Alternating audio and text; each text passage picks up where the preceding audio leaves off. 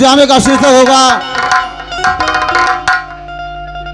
सती बिहुला उर्फ वाला लखंदर।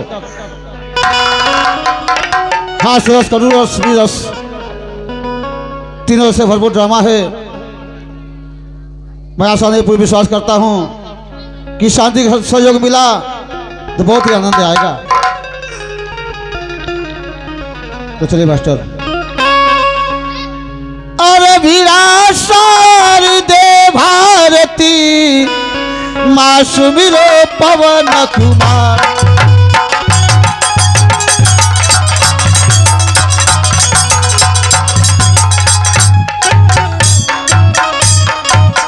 अरे वीरासार दे भारती माँ सुमिरो पवन कुमार। अरे आदि ज्योति जननी जगदम्बे माँ कर दो नैया पार।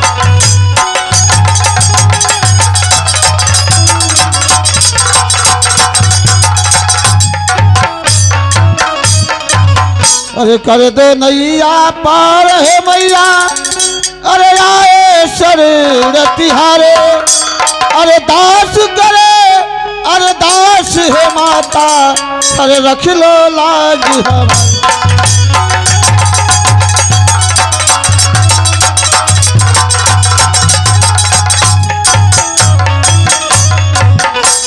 ये देखिए भर के भैया तरफ से 21 पुरस्कार मिला है।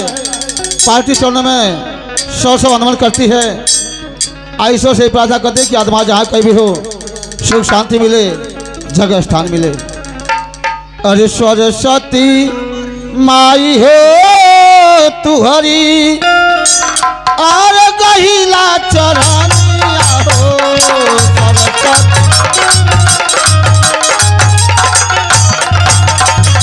अरे बचवा पर थैले रहिहा ध्यान न होरा।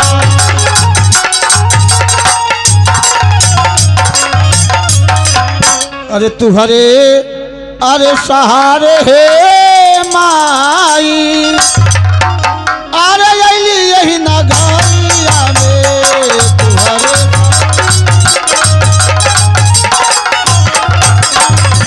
अरे भव से नवरिया कैदा पार न होरा।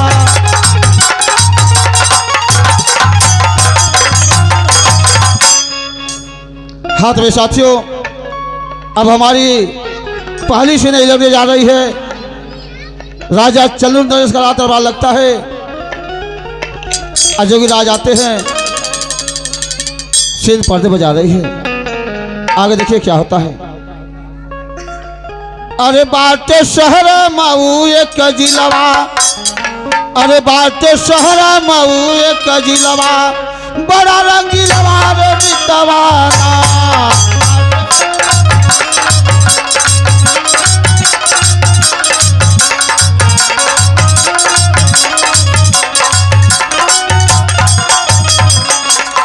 बड़ा रंगीलवा रे मितवाना।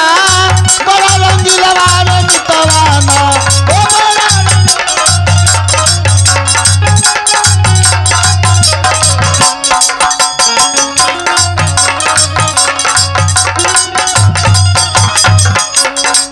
बाटे शहर मऊ एक जिलवा।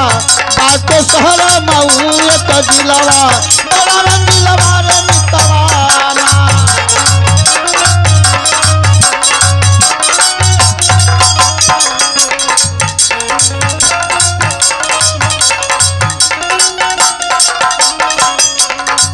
बात खोर हट का स्थान जहाँ दैया माई का थान। जहाँ दैया माई।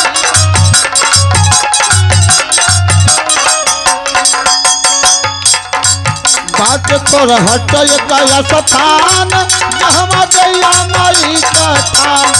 जहाँ दैया माई का थान।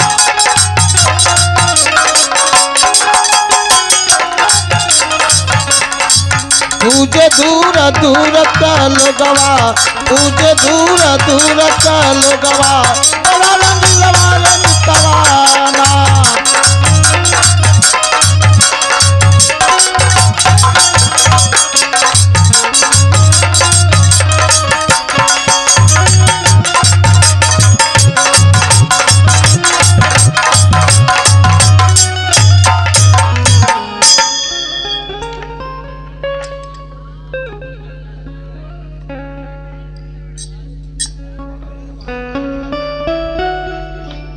कुकुरा घूमत बाटे दुआरे, कि कुकुरा घूमत बाटे वो घरे, कि कुतिया कौना नगरिया ना। ए मास्टर दूर सारे एकदम कुकुर हवा सकार। आई फिर 2 मिनट का ब्रेक मास्टर, 2 मिनट का ब्रेक, मात्र 2 मिनट के। फिर हमारे सीन देखेंगे इस रंगीन पर्दे के माध्यम से। बहुत धार्मिक आप लोगों का जो ड्रामे का फरमाइश था वो ड्रामा आपके बीच खेला जा रहा है। आप ऐसे ही शांति का, और चाहेंगे कि जो लोग दूर दराज में बैठे हैं आप लोग थोड़ा करीब आ जाएंगे तो कलाकारों का भी मनोबल थोड़ा बढ़ेगा। तो आप लोग इतना दूर दूर पर हैं, 4 लोग उधर हैं, कौड़े के पास में 4 लोग इधर हैं, थोड़ा आप लोग करीब आ जाएं कि कलाकारों का भी मनोबल बढ़े कि हम लोग को कोई देख रहा है। इतना दूरी पर रहेंगे आप लोग पता चलेगा कि कोई है ये नहीं। अरे भैया तो आप लोग तनी करीबे में आज बता मनो के निकले कि अपन इतना पब्लिक है, इसे पता चला था कि सब गायब है। आइए 2 मिनट का ब्रेक भैया। ए मास्टर काले का मतलब है देखा बर्तन जुठा रहा था, सब यही से बिटोर के रख दे वाली चाहिए। देखा है चाटा था कोई।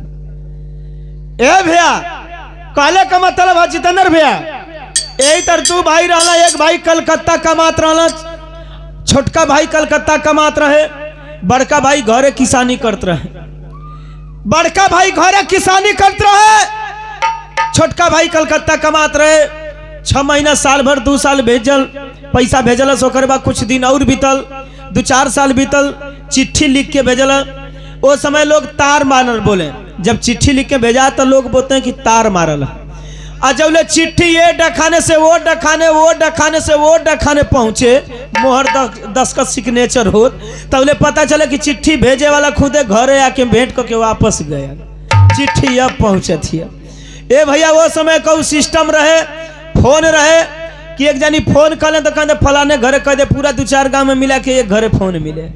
आ जब वो कह दे तो जा घर से संदेशा भेजे, तो वो आके वो जब बैठल रहे तो वो आधा घंटा इंतजार करके फोन करे तब बात होके।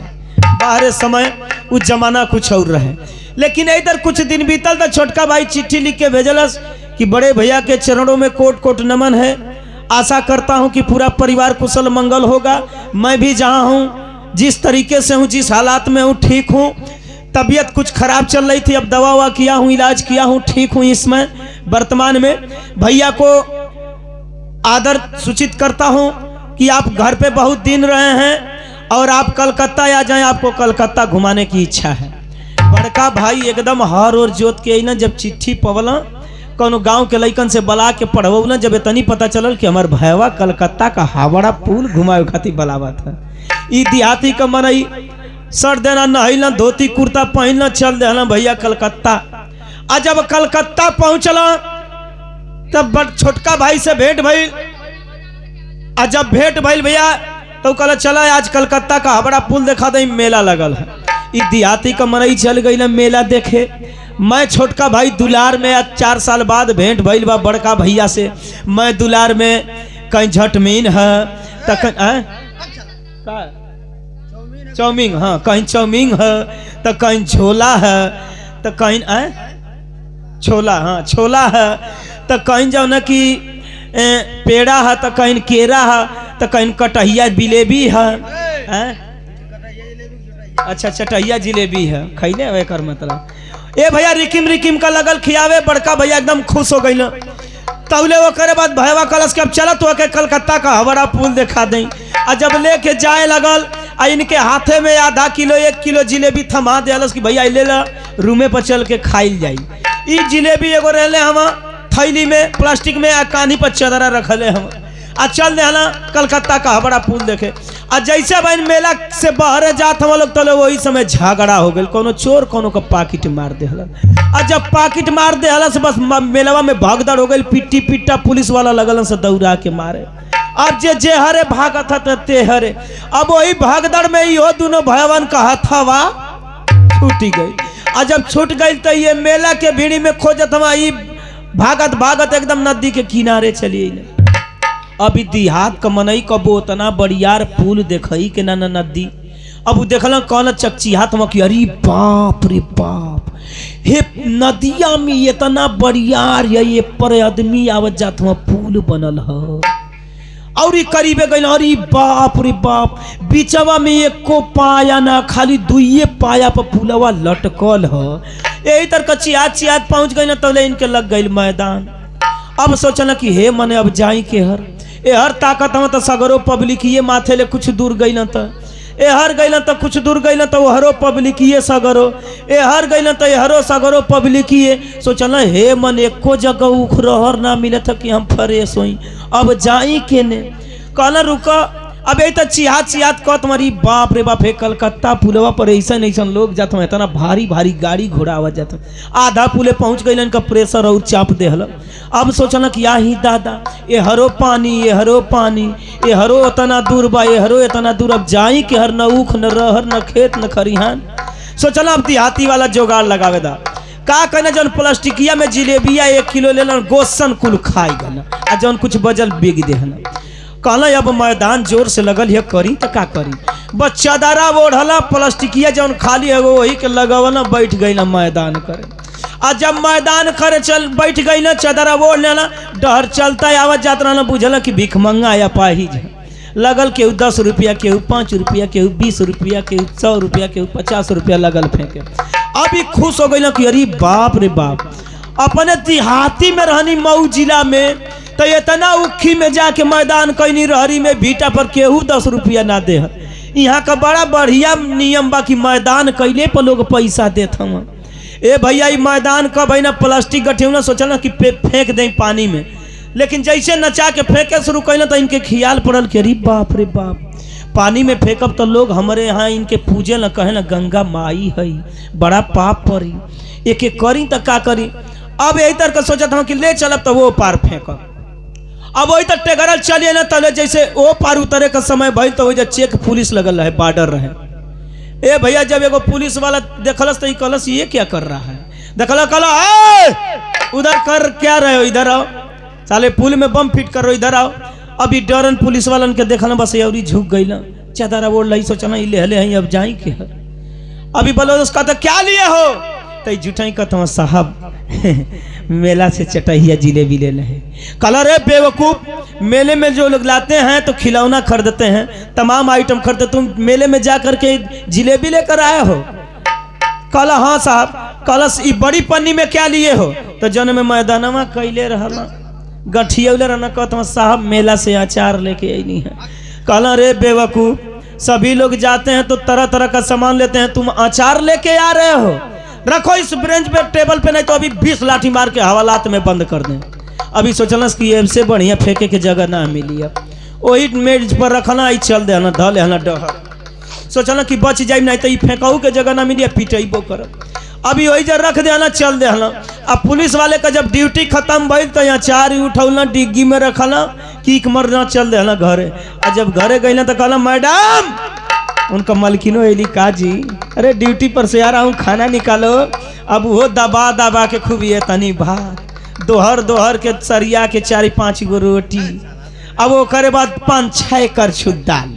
अब ले हले चलिए तो हाथ गोड़ धो के बैठल खाए तब ले इनका ध्यान पहुंच गई। अरे बाप वो जो मेले से अचार लेके आ रहा हो तो डिग्गी में रखे हैं। अब वो गईला कहला रे मैडम रुको, एक बड़ा कोई चम्मच लेकर के आओ। इस मेले से एक आदमी अचार लेकर जाता, उस साले को पकड़े हैं, वो अचार हम ले लिए हैं। अभी हो अचार डिग्गी में से खोलना लेके पहुंच गई ना, और जब वो पहुंच गई ना धा देना मलकिन ये तहा चम्मच लेके चलिएगी। अब वही में खोरत है कथी काजी कैसन यहाँ अचार लेके नहीं एक को फरिए ना बेटा थे 16 सगरो मसाला उठा के दे दे का कलर जो है सो दो। अभी वही में से दाब के निकल लिए इतना बड़ा चम्मच, एक चम्मच डाली दे। ये रोटी तोड़ना फेंट के जब दबला मुंह है तर कहना ये साला ये कैसा अचार दिया है साला, ये सब बदबू कर रहा है, सड़ गया है क्या। ए भैया ऐसा ऐसा लोग पड़ल हम कि पियले के नशा में ना कुछ बुझल कहाँ घिन्ना पर था करे तू तो ढेर खा ले अचार। यही तर मग वही फुआ रही जो खाम भैले छुआ दे 25 ग्राम दादा लगना लिट्टी लेके तोड़े वही में फेरे कहे कि घिवा गरमौली ना हकारे घोट गलना सगरो पी गलना गोसन आई ले एगो झटका। अब ड्रामा स्टार्ट। मास्टर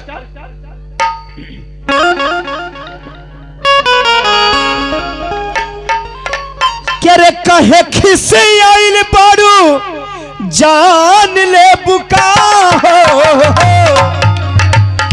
कहे खिसे आइल बारू जान ले बुका हो, बोला हमर सुगिया परान ले बुका हो, बोला हमर चिरही जान ले बुका हो, कहे खिसे आइल बारू जान ले बुका हो, कहे खिसे आइल बारू जान ले बुका हो, बोला हमर सुगिया परान।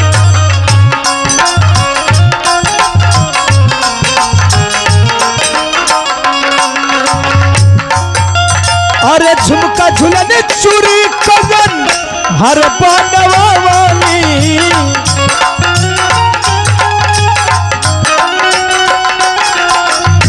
ऊपर से नीचे वाले पाके सजवाली,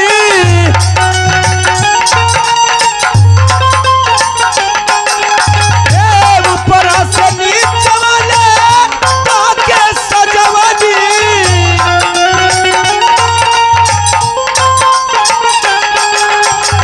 सोनरक सगरो है,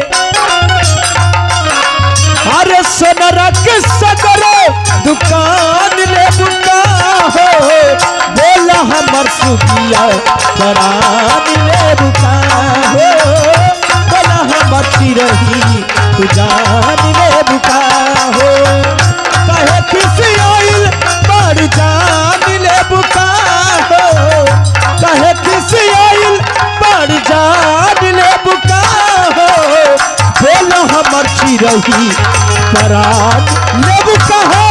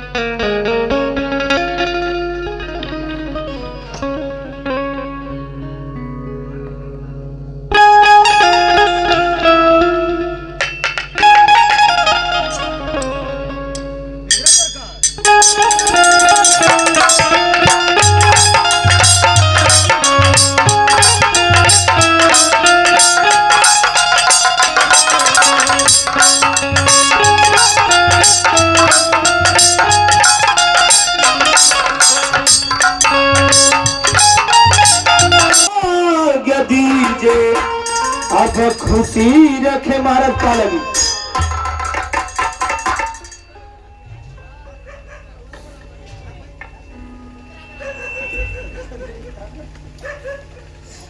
द्वारपाल, हाँ महाराज, तुम भी जानते हो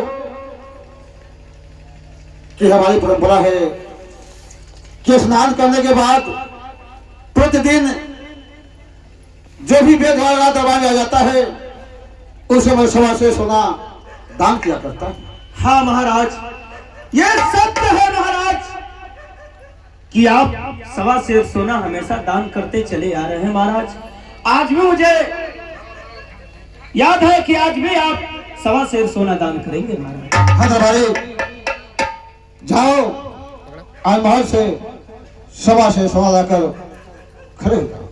जो भी व्यक्ति आएगा उसे मैं तुरंत दान कर दूंगा। ठीक है महाराज, अब विश्राम कीजिए। मैं यूं गया और यूं सोना ला करके आपके पास रख ठीक दरबारी।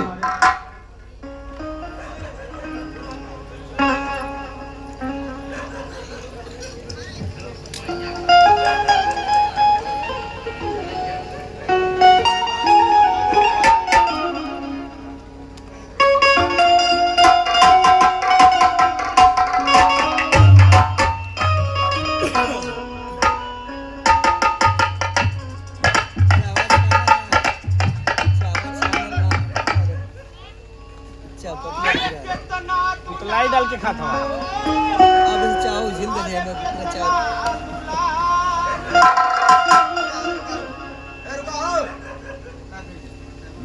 छाना ला सही है। चले तो इनका क्या हो भैया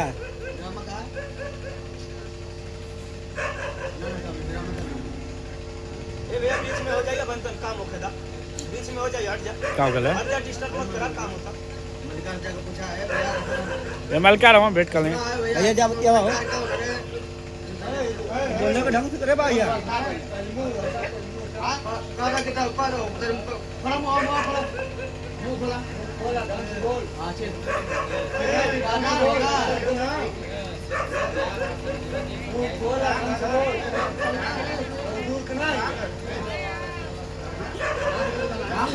ढंग से बाबू हाँ बताइए हाँ गुंडा बनेगा हाँ बोलेगा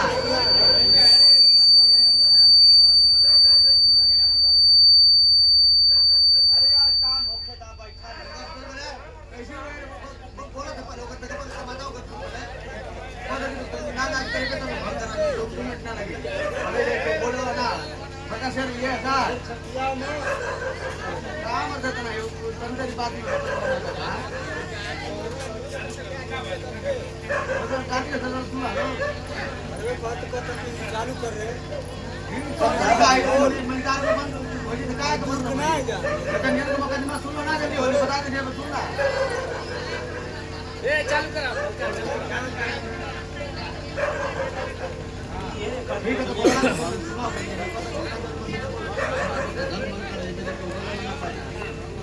ठीक है नहीं क्या आता करिए बढ़िया बोलेगा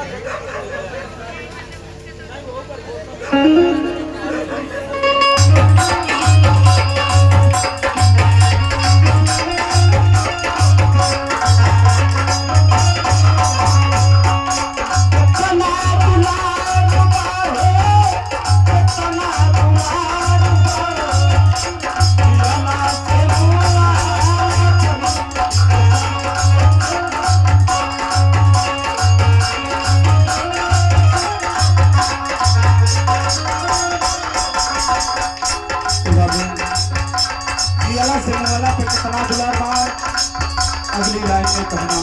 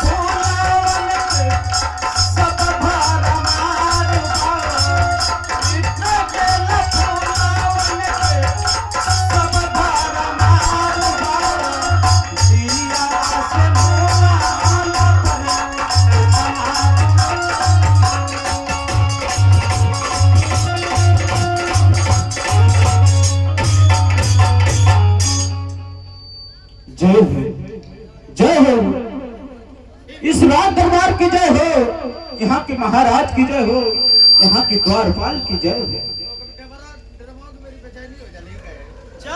जय हो गोजी बाबा की जय हो। अरे बच्चा, गोजी बाबा नहीं, जोगी बाबा। अच्छा जोगी बाबा की जय हो। आशीर्वाद हो चा, आशीर्वाद हो। का कहला बच्चा, हम तो के बच्चा लौकत है, हम अपने भर को हो गई तो के बच्चा लौकत है। आखिर तुम्हें क्या कहूँ? हमके सयान कहा, हमके पहुना कहा। ये के ना होए तेरे घुमा दे चाहता अरे बच्चा, ये हम जोगी महात्मा का भाषा है। बच्चा बेटा कह के ही बुलाते हैं। बन नहीं गया तुआर हम बेटा हैं, एकटा अपने के बनल हवा जोगी अकथ हो बेटा, हम तुम्हार बेटा हैं कि हम अपने बाप का बेटा है। अरे बच्चा, इतना गुस्सा मत रखो। आखिर आप ही बताओ मैं तुम्हें क्या कर सकता हूँ। हमके बाबू कह के बुलावा। ठीक है, आपको बाबू कहूँ, द्वारपाल कहूँ, हाँ द्वारपाल, तो आप खुश रहोगे। हाँ द्वारपाल कह के बुलावा। द्वारपाल, हाँ कहिए गोजी बाबा, अरे जोगी बाबा, जोगी बाबा। द्वारपाल, हाँ, मैं इस द्वार पे आया हाँ। और राजन से कह दो कि एक साधु महात्मा आए हैं और मिलना चाहते हैं। ठीक है, आप थोड़ा सा कुछ वक्त यहीं गुजारिए, थोड़ा सा इंतजार कीजिए, मैं महाराज को संदेशा देके आता हूँ। महाराज दरवाजे पे गोजी बाबा आए हैं। जोगी बाबा, हाँ, जोगी बाबा आए हैं। आपको बुला रहे हैं, अरे बुला रहे हैं। जोगीराज के चरणों में राजा का प्रणाम स्वीकार है। आशीर्वाद हो राजन, आशीर्वाद हो। अरे सुन बा, अरे तू सुन बारे जोगी, अरे हमारी बचाना हो।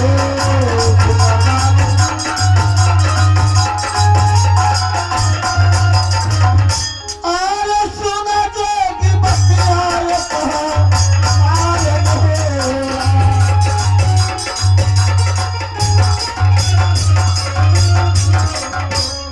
अरे कवने करनवारे जोगी, अरे बड़ी महानिया हो।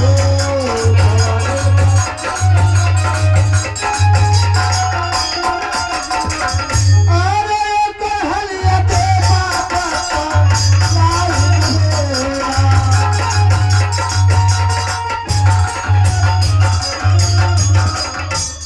अवश्य बतलाऊंगा राजन, अवश्य बतलाऊंगा।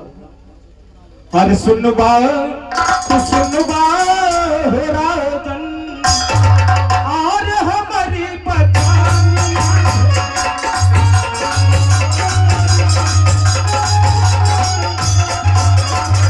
अरे सुन ले भैया,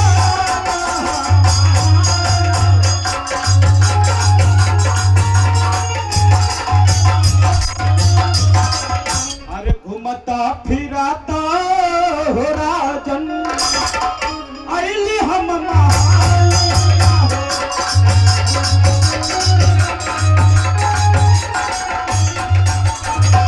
अरे चुटकिया ना कैदा दाना ना हो।